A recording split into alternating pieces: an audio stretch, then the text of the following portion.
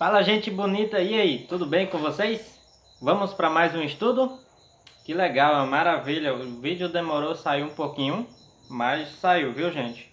Muita correria esses dias, muita correria mesmo, voltando às atividades aí, mas vai dar tudo certo, tá bom?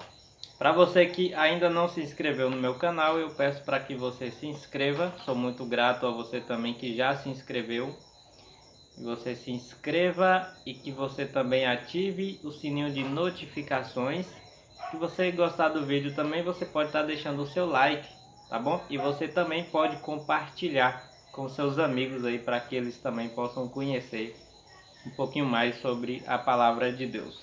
Hoje eu vou falar um pouquinho sobre graça e obras, que é o plano da salvação, tá bom? Como que ocorre o plano da salvação? Primeira coisa que nós precisamos entender é em que condições se encontra o ser humano depois que o homem caiu em pecado. Em que condições está a natureza humana, tá bom? Quando você vai para Romanos capítulo 5, você pode até acompanhar, versículo 12 diz assim: portanto, assim como por um só homem, entrou o pecado no mundo, e pelo pecado a morte, assim também a morte passou a todos os homens, porque todos pecaram. Então esse texto traz para a gente o seguinte, que o pecado entrou por um homem, certo? E pelo pecado entrou a morte, e a morte passou a todos os homens, porque todos pecaram. Então todo ser humano na face da terra pecam, tem isso em mente, viu? Eu sou pecador, você também é pecador, todos nós somos pecadores. Agora um detalhe importante, Romanos 6:23 diz que o salário do pecado é a morte. O salário do pecado é a morte. O pecado ele exige morte. Alguém tem que morrer, entendeu? Então falando aqui um pouquinho mais sobre o pecado. Quando Adão pecou, ali a gente tem um quadro muito interessante. É que assim, quando Adão pecou, Deus, ele não se afastou do homem. Deus procurou o homem. Deus vai falar assim, lá em Gênesis capítulo 3, versos 8 em diante, Deus vai perguntar para Adão, onde estás? Então, a reação de Deus na entrada do pecado foi procurar o homem. Diferente do ser humano, que quando alguém constrange um ou outro, a tendência é se afastar, né? Deus não, ele procurou. Ele diz, onde estás? Então, no cristianismo, é Deus buscando o homem, e não o homem buscando a Deus. Sempre Deus vai estar em busca do homem. Falando um pouquinho mais sobre a condição da natureza humana. Quando a gente vai para Jeremias, tem um texto que é muito forte. Jeremias capítulo 17,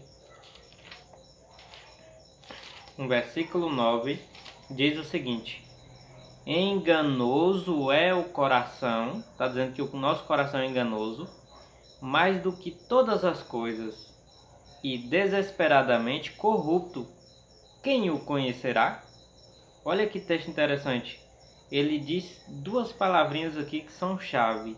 Que o nosso coração é enganoso e que também é corrupto. E quando se fala em corrupção hoje, se lembra logo de políticos, não é? Eu e você tem um coração que é corrupto. Você sabia disso? Pois é a Bíblia quem está dizendo. Que o nosso coração é enganoso e corrupto. Então assim, o que eu poderia dizer? Que a natureza do ser humano, a condição do ser humano pós-pecado é que ficou assim depravada, corrompida, não é? Ela ficou totalmente aí péssima, vamos dizer assim, tá bom? Então, um conselho para você que diz assim, eu vou seguir o meu coração. Muito cuidado com essa frase, tá bom? Porque seguir um coração que é enganoso e corrupto é a mesma coisa que você aí, no ponto de vista hoje, não é criticando em si, mas é a mesma coisa de você botar a mão no fogo pelo um político. não é? Infelizmente, tá bom? Eu não estou falando mal de um político, tá bom? Quero que fique claro isso aqui. Mas, infelizmente, o homem quando recebe poder e quando está num sistema ali que já traz uma, né, ele acaba se corrompendo ainda mais ainda, tá bom? Então, a gente já viu como que está a natureza do ser humano, infelizmente, muito péssima. E qual foi o plano depois do pecado, já que o pecado exige morte? O homem, ele não tem vida própria. Não tem vida própria. Deus deu a vida para o ser humano viver eternamente. Então, quando o ser humano perdeu essa vida de viver eternamente, ele ficou em dívida com Deus. Alguém tinha que morrer, porque o salário do pecado é a morte. Então, João 3,16, o plano é isso aqui, gente, ó. Porque Deus amou o mundo de tal maneira que deu seu Filho unigênito para que todo aquele que nele crê não pereça, mas tenha vida eterna. Esse foi o plano. Alguém tinha que morrer. Só que o homem não poderia morrer porque o ser humano em si não tem vida própria. Só Deus tem vida própria e pode dar. O ser humano tomou, então Jesus ele se fez homem, não é? Viveu no nosso meio e morreu na cruz para nos salvar, para nos dar a vida, a oportunidade, olha o detalhe, a oportunidade de ter vida eterna de novo. Esse é o ponto, viu? Então o plano da salvação é que Cristo morreu para me salvar e para me dar uma oportunidade de ter a vida eterna novamente.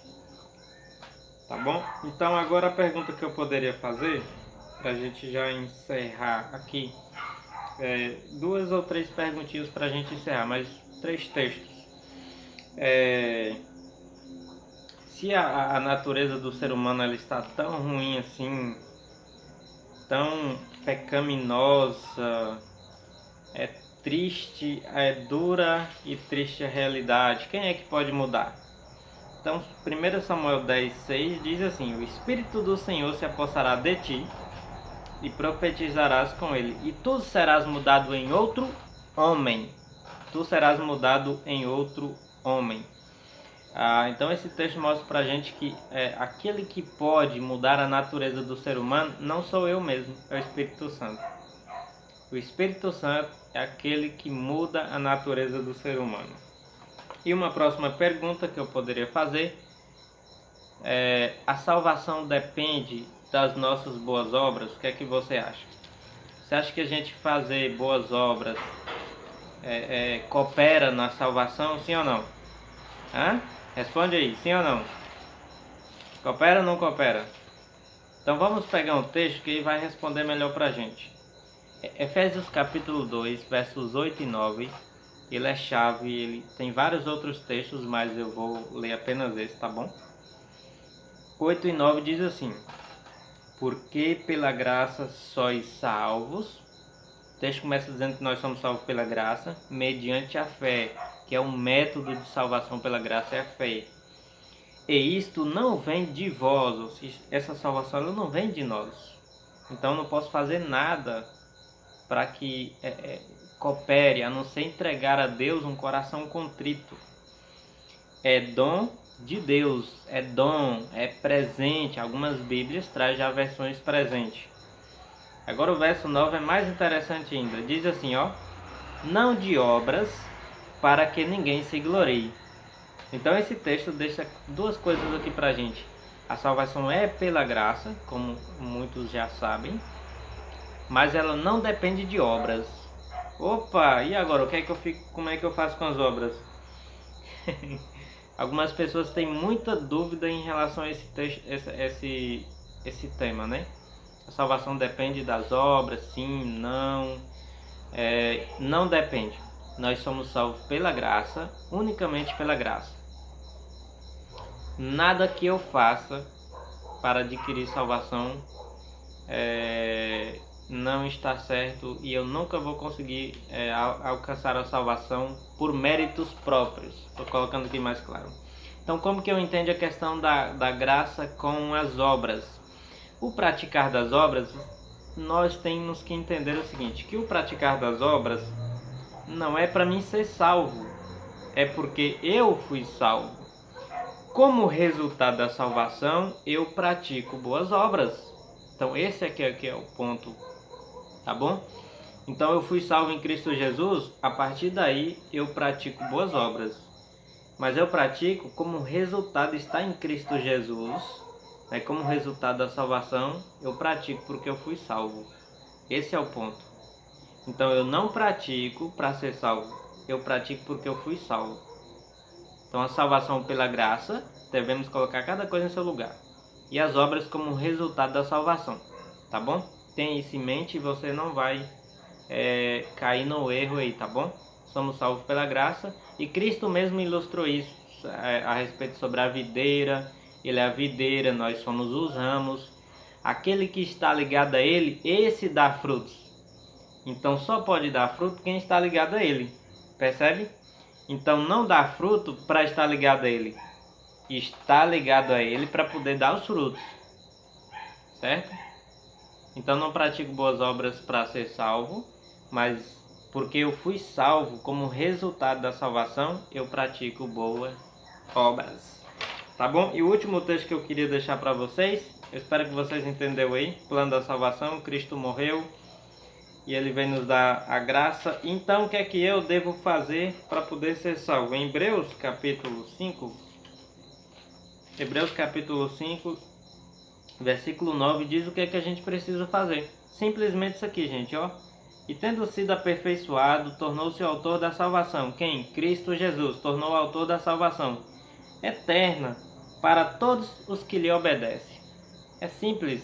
Então o que é que eu devo fazer? Aceitar a Cristo Jesus como meu Salvador e Senhor. Salvador, porque um dia ele morreu na cruz para me salvar. Então ele me salvou. Ele me salvou. Então eu aceito ele como meu Salvador. Como Senhor, porque Senhor é aquele que diz por onde é que eu vou andar. O caminho é por aqui, é por ali. Você pisa aqui e não ali. Então eu tenho que ter ele como meu Senhor, porque é ele que vai dizer onde é que eu vou pisar e como que eu vou andar. E como resultado da salvação, eu o obedeço, porque ele tornou o autor da salvação para aqueles que lhe obedecem. Então a obediência é muito importante no processo da salvação, precisamos entender isso, tá bom? E que a graça do Senhor Jesus alcance você, a graça, né, Cristo Jesus, e que você possa conhecer mais e mais. Continue me acompanhando nos vídeos, nos estudos aí, tá bom? Coloque aí nos comentários: eu aceito Jesus como meu Salvador e Senhor, e que você possa continuar crescendo na graça e no conhecimento. Até o próximo vídeo. Deus abençoe a todos. Valeu!